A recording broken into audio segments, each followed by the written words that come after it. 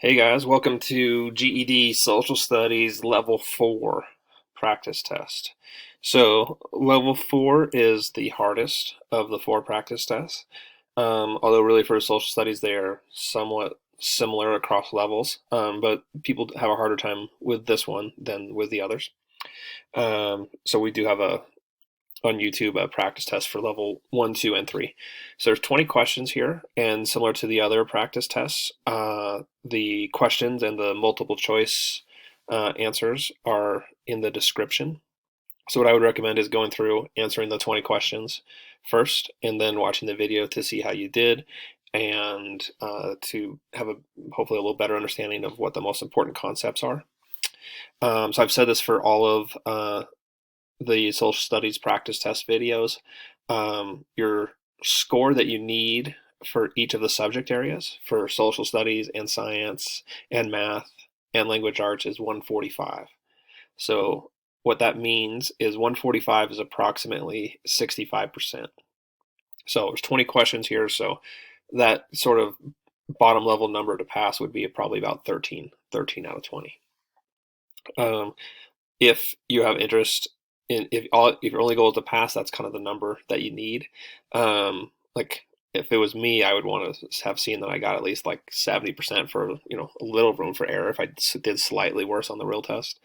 If you're interested in something like going to college, is colleges will be looking for a little bit higher score, and then you'd be much more looking for like probably 75 or 80% range. So that's the nature of it. And the only other thing I would say before we get started is we do have a mobile app that will give you a lot more chances to interact with questions, get detailed feedback, and as you're answering questions, we will learn where your knowledge gaps are and be able to recommend short little videos that are helpful rather than you having to try to guess which videos you should watch. So that's all that, and I think the app is much more interactive and engaging than doing something something like this, where you're just listening to me talk. So I would highly recommend checking it out. It's free to install, and the link is right at the top of the description.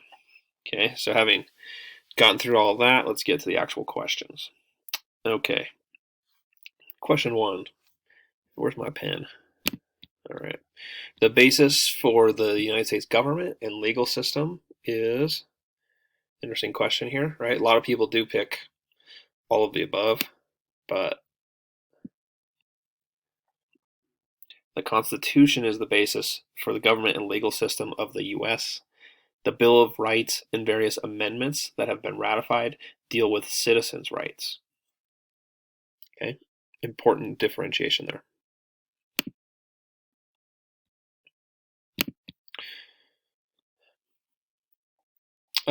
It's like I double wrote this. What document served as the foundation for the English system of common law and was referenced by the founding fathers of the U.S. in asserting their liberty from the English crown? And that one would be the Magna Carta. Okay, so the Magna Carta, like if you've done all of the practice tests with us, right, has been referenced either as an answer choice or an actual answer several times, and that's because it shows up a lot. It's really a very important document. So let me tell you about it here just briefly. The Magna Carta in 1214 is one you should be familiar with. The Magna Carta promised the protection of church rights, protection for the barons from illegal imprisonment, access to swift justice, and limitations on feudal payments to the crown. And this is the important part. This set a precedent to the idea that citizens had certain rights.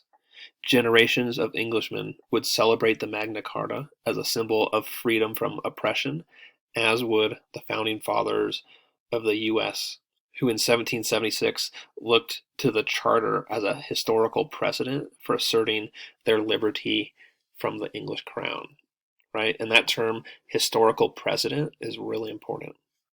Okay, so we want to know that kind of stuff about the Magna Carta.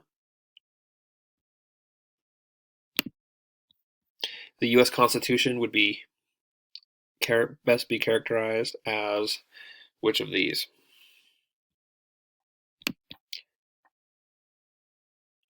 General brief.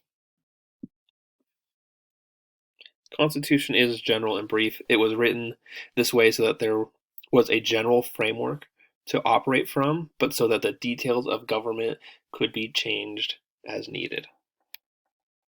Okay, so that's an important concept to know just about the Constitution.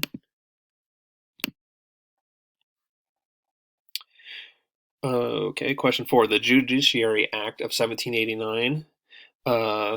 This is a very famous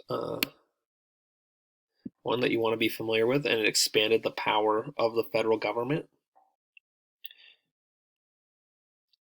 So it established the federal judiciary of the U.S.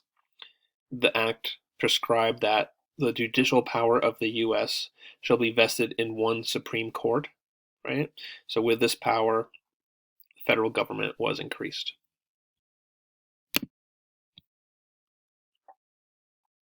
The 10th Amendment. So we want to be familiar with what this one is. The 10th Amendment expresses the principle of federalism. So what is federalism? It states that the federal government possesses only those powers delegated to it by the U.S. Constitution. All remaining powers are reserved for the states or the people. Okay, and so this is another one that's shown up more than once, either with federalism or specifically the 10th Amendment. We want to be familiar with that. And you see federalism, very next question is one of the answer choices. Which of the following is not a part of the Bill of Rights? So we just said federalism was the 10th Amendment. But term limits for presidency, and if you've been paying close attention, I believe that was also a level 3 question, right? So kind of getting you to the same question. If you're seeing that, means these concepts, knowing that freedom of speech, right to bear arms, federalism are all in the Bill of Rights. Pretty important. Term limits for the presidency is the 22nd Amendment, and that was created in 1951, so definitely not a part of the original Bill of Rights.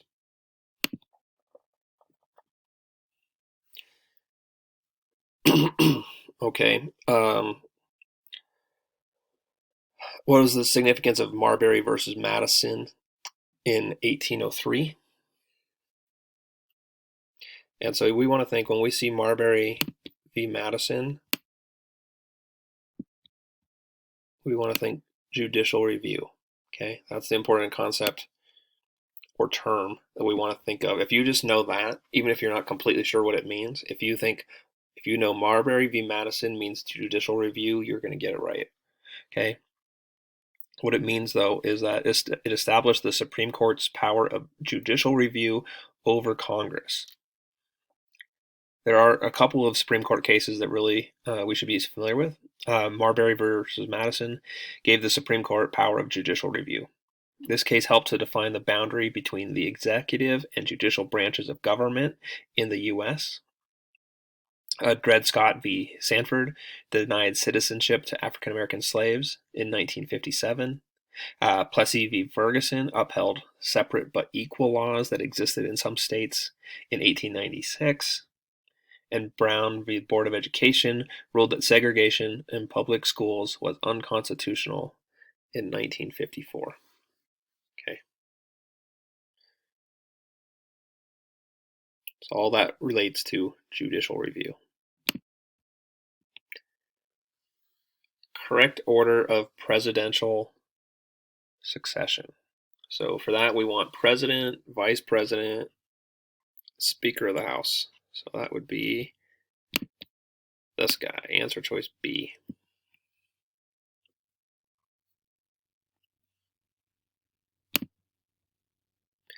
Okay, then we get into this. What are the 3 branches of government? So we want to know that it's legislative, executive, and judicial.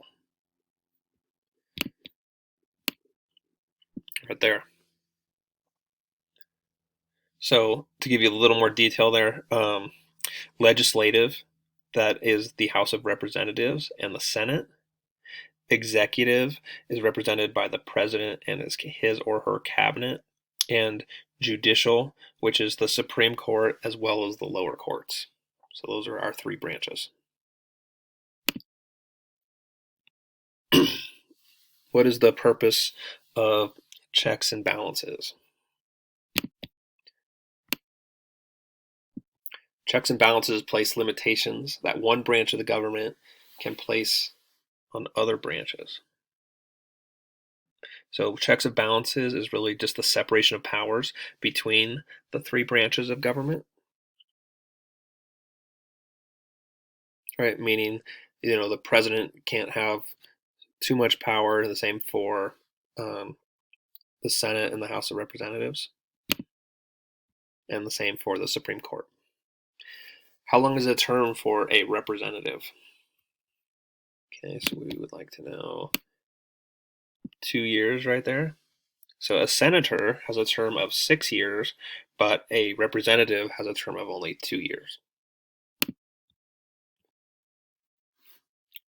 Okay, and then here we are on question 12, the most important aspect of federalism. Man, it keeps showing up, doesn't it? Federalism. Trying to remember, federalism is the 10th Amendment. And federalism represents the division of power between federal and state, right? It's a very important part of the Bill of Rights. Federalism can be defined as a form of government in which there is a division of power between two levels of government of equal status. Okay. Moving right along here, question 13. Who has the authority to declare laws made by states as unconstitutional?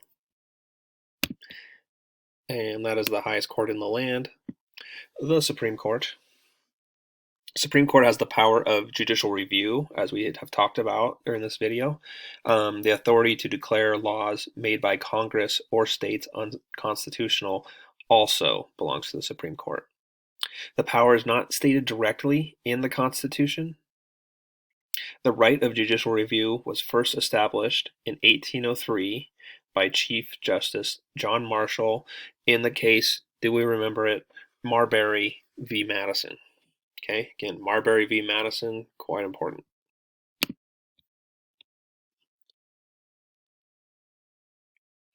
So why do federal judges receive lifetime appointments?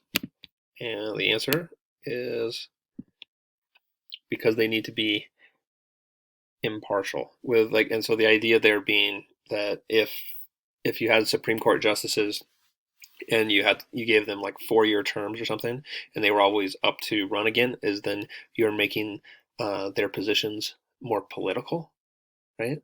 And so, like, if the president was going to, say after a 4-year time period that they would decide if they liked this Supreme Court justice or if they wanted somebody else, is the justice might start to make rulings that fit in with whoever was going to elect them to the next term. So because of that, they get lifetime term. Which pre-Columbian peoples are known for their hieroglyphic script?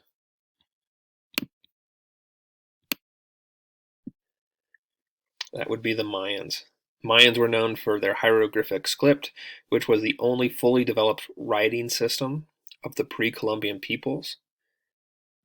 They were also known for their contributions to art, architecture, mathematics, and the calendar.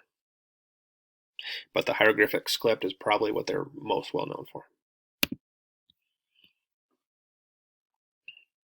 Okay, we'll jump into the Middle Ages. During the Middle Ages, who conquered most of Europe? Okay, so you'd like to know the difference between these people, and hopefully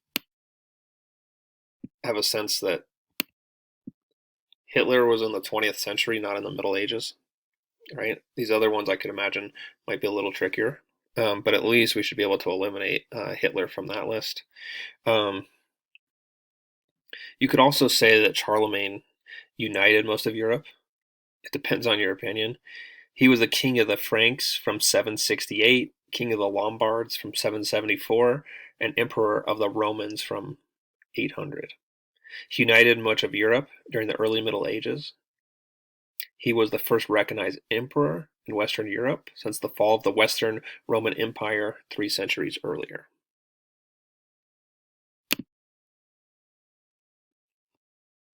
What was a lasting effect of the Crusades? So, many aspects of the Crusades did not stay, but trade between Middle East and Europe was maintained. So during a series of wars, which are the Crusades, Christians and Muslims fought over the city of Jerusalem. Christians eventually gained control of the city, but ruled for less than a century. The lasting impact was trade between Europe and the Middle East was opened up. This led to growth of cities as people left manors and went to work in cities. All right, nearing the end here, question 18. Which civilization introduced the concept of innocent until proven guilty? Well, you might have thought the US made that one up, but they did not. This was from the Romans. Rome was governed by laws that were in many ways quite modern. One of the most significant ones was innocent until proven guilty. Which period is regarded as the cultural bridge between the Middle Ages and modern history? And that would be the Renaissance. If you don't know anything about the Renaissance, here we go. The Renaissance existed from the 14th to the 17th century. Again, regarded as the cultural bridge between the Middle Ages and modern history. It started as a cultural movement in Italy in the late medieval period and later spread to the rest of Europe, making the beginning of the early modern age. The Renaissance impacted art, architecture, politics, science, and literature. And last but not least, question number 20. What was at the heart of the issue of the Protestant Reformation during the 16th century? And the answer that we are looking for is abuse of power by the church. Okay, during the Protestant Reformation, reformers criticized the church for abuse of power. They believed that people should be able to read the Bible themselves, rather than follow only what the Pope said. These reformers were Protestants and revolted against the Roman Catholic Church. Okay, so that gets us to the end of the level 4 practice test. I hope the feedback and going over this stuff has helped you out.